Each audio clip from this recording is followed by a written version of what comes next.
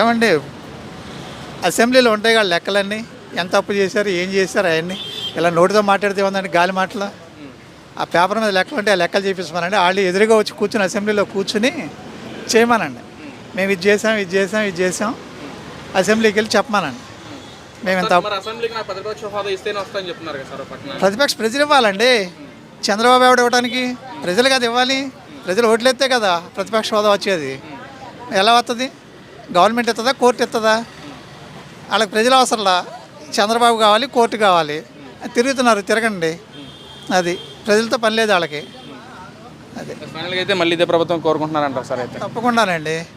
వస్తే నిలబడద్ది, లేదనుకుంటే ఇదిగో ఈ రోడ్లు కూడా ఉండవు. తర్వాత మన నుంచున్న రైతు బజార్ కూడా ఉండదు, ఆ మార్కెట్ కూడా ఉండదు. అందరూ ఆడే వచ్చి కూర్చుంటారు బొక్కలో. అది ఏముంది? చేయొచ్చండి, ఏముంది? తిన్న డబ్బులు ప్రజలకన్నా వస్తాయి. కొన్ని డబ్బులు ప్రజలన్నా తింటూ ఉంటారు రోజు, ఆ తిరిగిన రోజులు.